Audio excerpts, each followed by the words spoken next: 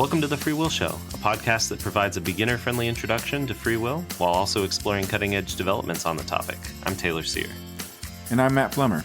In this episode, we talk with Santiago Amaya about an argument for the conclusion that free will is a vague term. We also talk about what Santiago thinks are some of the implications of this conclusion for the free will debate. Thanks for listening. Well, I'm happy to introduce Santiago Amaya, who's Associate Professor of Philosophy at the University of the Andes, which is in Bogota, Colombia. Santiago's main areas of research are philosophy of mind and moral psychology, and he's published several papers on topics that will be of interest to listeners of this podcast, including topics like forgiveness and other issues in the philosophy of action, such as his very interesting work on what he calls slips. Together with a former guest of this podcast, Manuel Vargas, Santiago was awarded a large grant from the John Templeton Foundation for the LATAM Free Will Agency and Responsibility Project, which is now complete, but those interested can read about online. We'll link to this in the show notes. I mentioned this especially because, a lot of the work done with this project is really cool, but also one of the things to come out of the project is a free will podcast. It's called Free Will Matters. It includes interviews with scholars who worked on the LATAM Free Will Project, with Santiago as host. And I'm personally a big fan of the podcast. In fact, I just finished listening to the second season on issues on agency, which were excellent. So people who like this podcast should definitely check that one out too. Thanks for joining us, Santiago. Welcome to the show. Could you start by telling us a bit about yourself, your work, and how you came to be interested in working on issues related to free will? Well, thank you for having me. Thank you, Taylor, and thank you, Matt, for having me. It's exciting to be here, and I'm a big fan of this podcast. So it's good to be here. Thanks. So I am, as you mentioned, an associate professor in philosophy at Universidad de los Andes in Bogota. I am originally from Bogota. I got my PhD in the States. Then I lived for a little bit in Germany, in Berlin. But I came back to Bogota about 7 years ago, and I've been super happy to be here since. Nice. I work on the stuff that you mentioned, issues at the intersection of philosophy of mind and philosophy of action. In addition to the project on free will that you mentioned, the stuff on slips, I also have an interesting project on moral evaluation with a focus on cultural variation. Mm-hmm. And that's, one of the big areas of our work in the moral judgments and emotional lab at the university. How did I come to be interested in issues related to free will? Well, I came to be interested in free will relatively late in my career, at least by certain standards. So I finished my PhD. I was interested in stuff in the philosophy of mind, the philosophy of actions, metaphysics. And one of the cool things about the free will problem and the issues in free will is that actually combines concerns from philosophy of mind, action, and metaphysics. So it's a nice place for someone like me to end up. It's a place where I can exploit a bunch of different ideas that I have formed elsewhere. And it's also a nice place to connect with the history of philosophy, which is an interest of mine as well. Yeah, very cool. Nice. Thanks. So you're working on a project in which you argue that the term free will is vague. Could you explain what you mean by vague and maybe give some common examples of vague terms? So vague terms, just to put it in a short way, are expressions that have what people might call fuzzy extensions. And two common examples are being bold and being young. Okay, so there are several discussions among philosophers of language with regards to what explains the vagueness of vague expressions. But I think that it's fair to say that most of them agree on the following. At least two ideas. The first one is that vague expressions have borderline cases. So some people are definitely bold, some people are definitely not bold, but there are cases that fall in between. And with respect to those cases, there are certain kind of indeterminacy. And it's a kind of indetermination. We don't know if that person's bold or not, and we cannot solve it by further inquiry. The only thing we can do is to leave the matter unresolved or to retreat to a certain form of stipulation. I'm going to call you bold if you have one hair, or at least one. You have at least. I'm going to call you bold if you have less than one hair. That would be a stipulation. So that's one feature. The other feature of vague expressions is they give rise to Sorites arguments. So the number 1 is a small number. Adding 1 to a small number yields another small number. You put those two things together, turns out that all numbers are small. Mm-hmm. One interesting thing about Sorites arguments is that you can run them the other way around. Mm-hmm. So you can say 1 trillion is a large number, subtracting 1 from a large number is going to yield another large number. Mm-hmm. Therefore, all numbers are large. Okay, so that's the two identifying features of vague terms. They are borderline cases, and they give rise to Sorites arguments. Is that okay? Yeah, that's great. Mm-hmm. Yeah, perfect. Great. So before we move on to consider your argument about the vagueness of free will, could you say what you mean when you use the expression free will? Yeah, well, the expression free will has been used to express several not unrelated ideas. So many people in the debate or working on the free will debate use the expression to refer to a necessary condition of moral responsibility, what people sometimes call the control condition. So someone is responsible for doing something, morally responsible, only if that person acted freely. But I think there are other interesting and very important senses of the expression, and one that I particularly like, it's the connection of free will with authenticity. So here's a rough idea. Acting freely is a condition of living a life that you can consider truly yours. And I think that's also an important sense of free will that should not be forgotten, and that it's important to keep in mind. Yeah, cool. All right, so we've got the background on the table. We know we've covered what it means for something to be vague. We've covered what you mean by free will. What's the main parts of your argument for the conclusion that free will is a vague term? So the argument has basically 2 premises. So here's premise 1. Whatever conditions make some agent free are conditions that come in degrees. Second premise, there is no precise threshold separating the free and the non-free. That's essentially the argument. Mm-hmm. Now, one interesting thing about the argument, I think, is that you can run it in several ways, depending upon which conditions you take to ground freedom. So let me give you first the libertarian version and then a compatibilist version. So libertarians, as listeners of the show know, believe that freedom requires alternative possibilities, the ability to do otherwise, at least many of them. And if that is true, they think that freedom requires some indetermination because determination precludes alternative possibilities. Now, the claim here is going to be that there is no degree of determination or indetermination that separates the free and the non-free. For instance, because numerical probabilities, which is one way to fixate on the degrees of determination, do not track judgments of freedom. So that's the libertarian version of the argument. But as I say, you can give different versions depending on what your take on free will is. So you might have a compatibilist version of the argument. So here's one. Freedom requires some degree of reason's responsiveness, but there is not a precise degree of reason's responsiveness that separates the free and the non-free. And you might think why that is the case. The metrics that are normally used to explain the gradations or degrees of rationality are not metrics that track judgments of freedom. Again, that's a compatibilist version, but I think that's one of the nice things about the argument. You can get libertarian versions, you can give reason's responsive versions, you can give real self versions of the argument, depending on how you ultimately think about free will. Cool. Nice. Can I ask a follow-up question right here?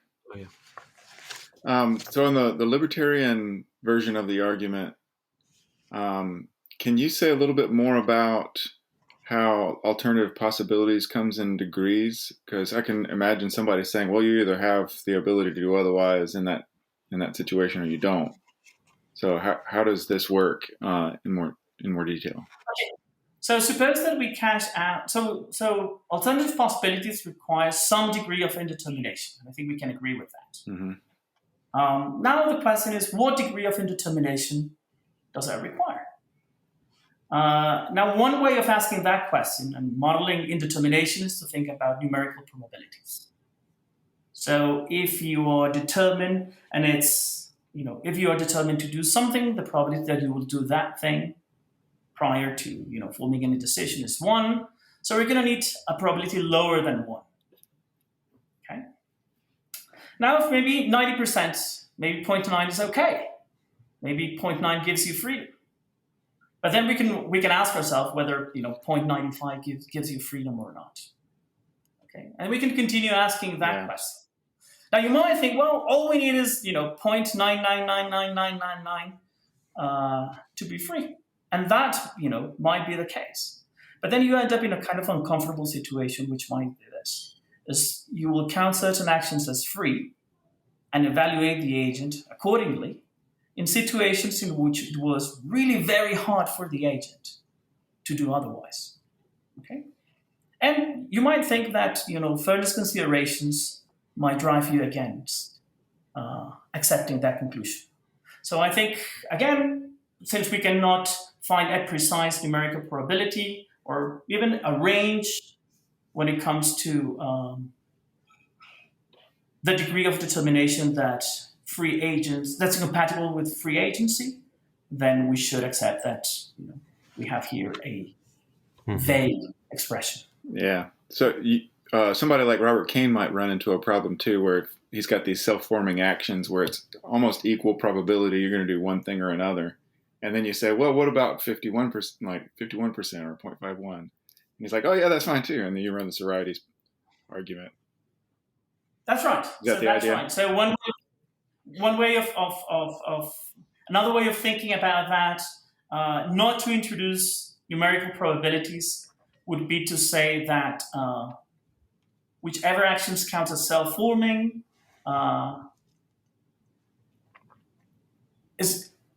well, let me just say that again. Okay. One way of running the argument using the notion of self-forming actions would be to say that self-forming actions come in degrees. There are some actions that are more central to the constitution of a self than others, and there's not going to be a precise limit or precise threshold that's going to allow you to decide which of those are enough for freedom and which of those aren't. Yeah. Nice. Yeah, I guess Matt asked about libertarians who might have a binary rather than scalar notion of freedom, but some compatibilists too, like John Martin Fisher, who we've had on the podcast before, think of free will and moral responsibility as binary rather than scalar. You, in your paper on this, compare this idea to the predicate is accepted to college X. So like even though the conditions for acceptance to college might be met to varying degrees, every applicant is either accepted or not accepted, and no one is more accepted to college X than anyone else. So what do you think of the response that it's the same for free will? In other words, why shouldn't we say that although agents may meet the conditions for freedom, maybe even for Fisher, reasons responsiveness to varying degrees, every agent is either free or not free with respect to particular actions? Yeah, so I have two things to say about that position, which I find very interesting, and I'm glad you brought it up. So one thing to say, I'm just going to say it quickly, even if you think that it's a binary concept, you're going to need to fixate on a threshold separating the free and the not free. Mm-hmm. And that, for the reasons that I mentioned earlier, is going to be hard to find. But I want to say something more positive about the reasons for thinking that it's a matter of degrees. So I follow Strawson in thinking that the notion of freedom connects two facts with respect to our humanity. One fact is that human beings have certain capacities. For instance, the capacity to self-regulate, to take into account the needs of others, what Strawson calls, quality of will. And second, there's the fact that we evaluate and respond to each other based on how much good or bad will we display in our actions. And I think the idea that freedom comes in degrees helps connect those two facts in a nice way. And I think that's something that the binary the advocate of the binary version of free will with this. So here's how the connection goes. An agent acts freely to the extent that she exercises certain capacities, but those capacities can be exercised more or less. So it's natural to think that actions can be more or less free. Also, an agent who acts freely can be praised or blamed to different degrees. And if acting freely comes in degrees, then we also have a nice explanation of what modulates those responses. So it's not a knockdown argument, it's just an inference to the simpler explanation. Mm-hmm. Yeah. The scalar notion of free will follows from the fact that capacities can be more or less exercised, and it explains the gradation of our positive and negative reactive attitudes. And I think that's something that I particularly like. Now, I still think that for certain practical purposes, freedom, taken as a binary notion, is a useful notion. So here's one reason for thinking that. So many of our social practices of allocation of resources are guided by considerations of freedom, for sure, but also by considerations of fairness and equality. So I think in those cases, especially where equality and fairness matter, talking about free and non-free agents, period, might be a good compromise. Okay. So you might be able to meet, not perfectly, but at least in a better way, those ideals of equality, fairness, and freedom in guiding you through those social considerations. Interesting. Yeah, nice. So here's one example. We allocate certain rights, the right to vote, for instance, and in part driven by considerations of freedom. But we also, give those rights thinking about equality and fairness. We want all citizens to be the same and everyone's voice to count the same. So I think it's in those cases in which it takes absolute sense to talk about free agents, period. Mm-hmm. Maybe there are some differences in the capacities the agents have, the way they exercise them, et cetera, but there's a minimum, there's a minimum amount of capacity and capacity exercise that we're required, and that allows us to meet certain, desirability considerations. Yeah. I don't know if that helps. Yeah, that's great. Mm-hmm. So you've mentioned a couple of ways in which your argument makes a difference in some debates, like about moral responsibility or practical application, like with voting rights. What difference does it make for debates about free will? Okay, so let me mention two consequences. So one is kind of diagnostic and the other one's predictive. So here's the diagnostic one. If free will is vague, then that fact casts some doubt on manipulation arguments. Okay. Here's the predictive one. If free will is vague, this vagueness will spill over attributions of moral responsibility. Let me just go through each of those. Yeah. So the manipulation arguments. So roughly, very roughly, manipulation arguments have the following shape. If a manipulated agent is not free, an agent in a deterministic world isn't free either. Roughly how they go. Mm-hmm. And those arguments explicitly rely on a non-difference principle. All of them. Now, more often than not, they rely on a successive application, at least implicitly, on a successive application of a non-difference principle. So you start with a manipulated agent who's the victim of a neuroscientific intervention, who's definitely not free. And you generalize the non-freedom judgment to another agent that is like the manipulated agent, except that they differ in some respect. Maybe the manipulation occurred previously in time or at a distance.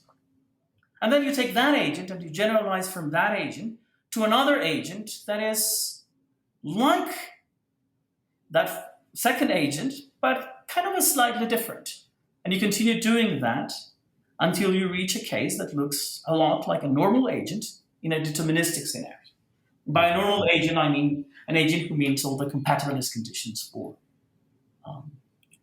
free will, desert, moral responsibility, etc. So Der Perboom's manipulation arguments, perhaps the most famous and most transparent example of this, successive application of a known difference principle.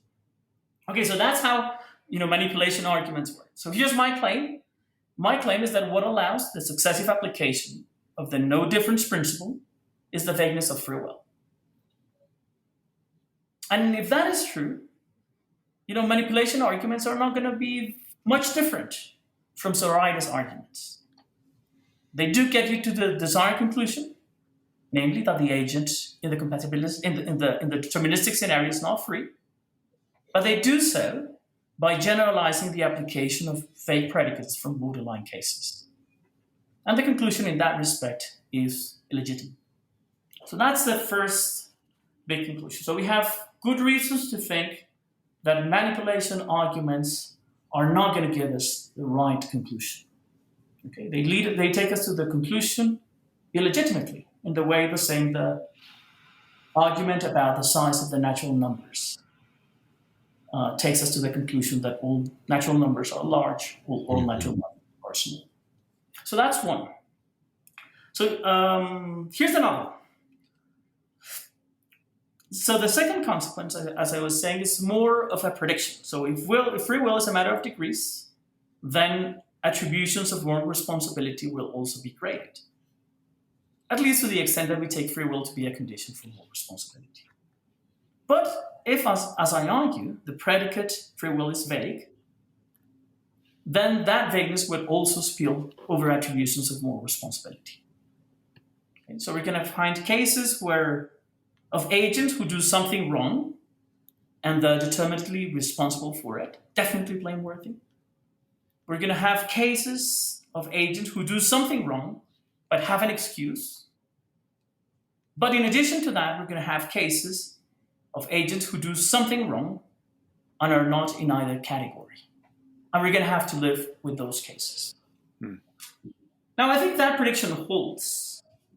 And I've talked about some, puzzling cases of wrongdoing that might fit the bill. For instance, those cases of parents who inadvertently leave the children in the car during hot summer days. It seems as though they are responsible, they do something that's wrong, they could have done otherwise. But it also seems that they didn't display the kind of quality of work considerations that are normally taken as a basis of dissent. So I think if we think about this sort of cases, and we see them as illustrating the claim that not just free will, but moral responsibility is a vague predicate, we will have two interesting consequences there. First, we cannot use these cases to argue against some view of responsibility, on the grounds that that view cannot accommodate those cases. Okay? So those are not cases that are going to allow us to decide between certain competing theories of responsibility. That's a good payoff, I think. But the second, and I think more interesting payoff is that this kind of cases push us to think about reasons for attributing blame or responsibility that go beyond considerations of dissent. Okay? So here's a parent who did something wrong. It's not as though he or she has a proper excuse, but it's not as though he is determinately blameworthy for it. Okay? So if we want to have some practical resolution of this sort of cases, we're going to have to think about considerations that go beyond dissent and that that ought to shape attributions of blame. Mm-hmm. Yeah.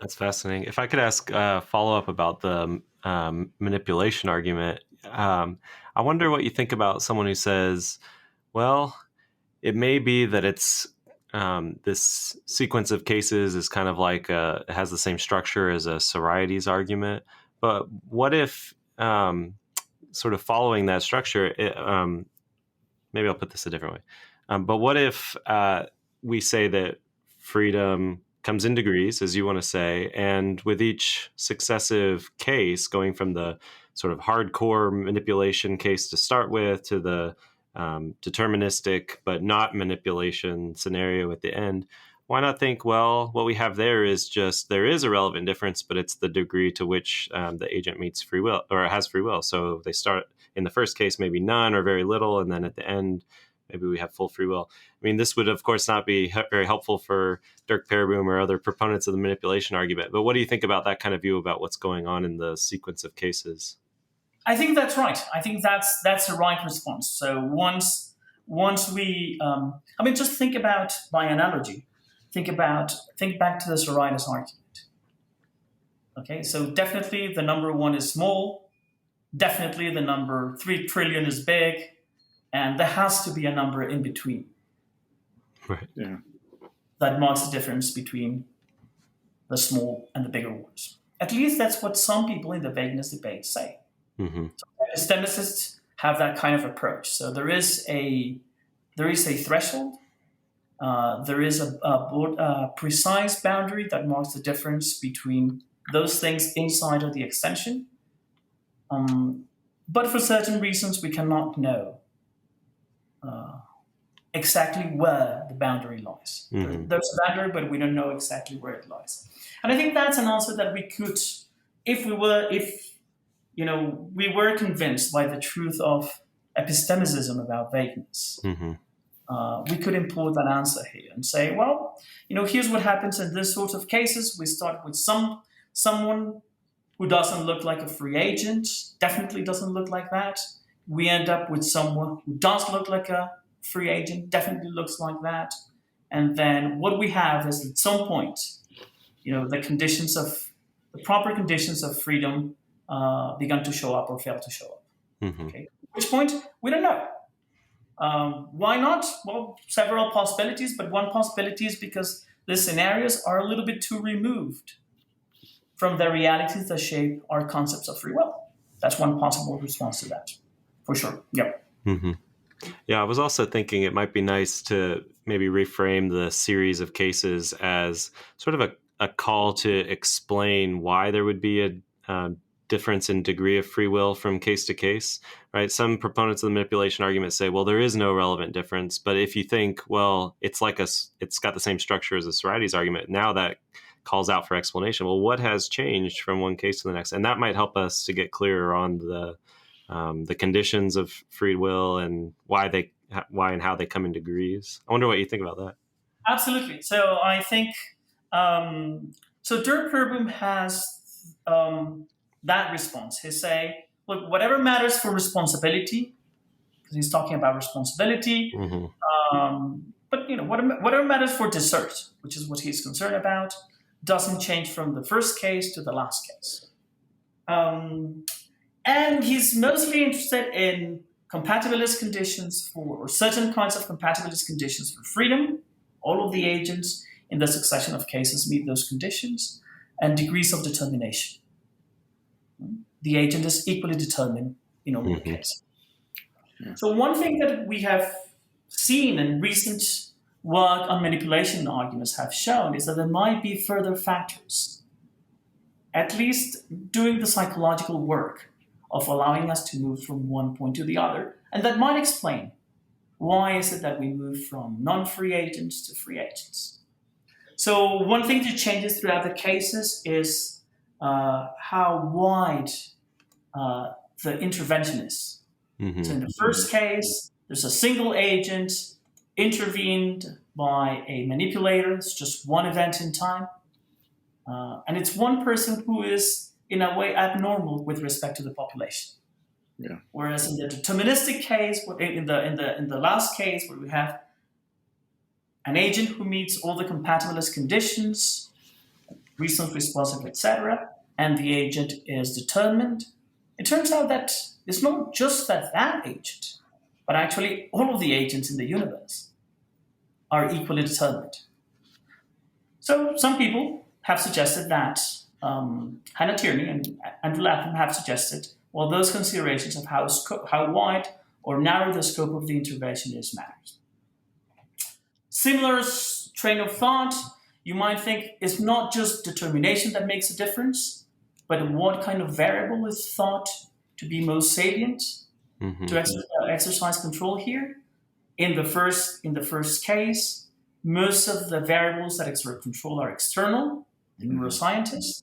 But when you get to the compatibilists, the more salient controlling variables are internal variables to the agent. Yeah. different way of. So I think there are a bunch of resources to explain what is it that explains the sort of Zoraita's behavior of this sort of arguments. And it's going to be, essentially conditions that have to do with the causal history, however we describe that, behind our behavior. So insofar as we can have this sort of small changes in those causal histories, the manipulation arguments are going to be able to be run in the way that we already suggested and talk about. Does that make sense? Yeah, that's great. Yeah. Thanks. Very interesting. Well, thanks so much for joining us, Santiago. This was very interesting. Where can listeners go to follow your work? Thanks a lot again for inviting me. It was fun to be here. Phil People, definitely Phil People. All my work's there. And you can send me a line and we can talk. Cool. Great. Yeah. Thanks again. In our next episode, we'll talk with Marcela Herdova about moral luck and transformative experiences.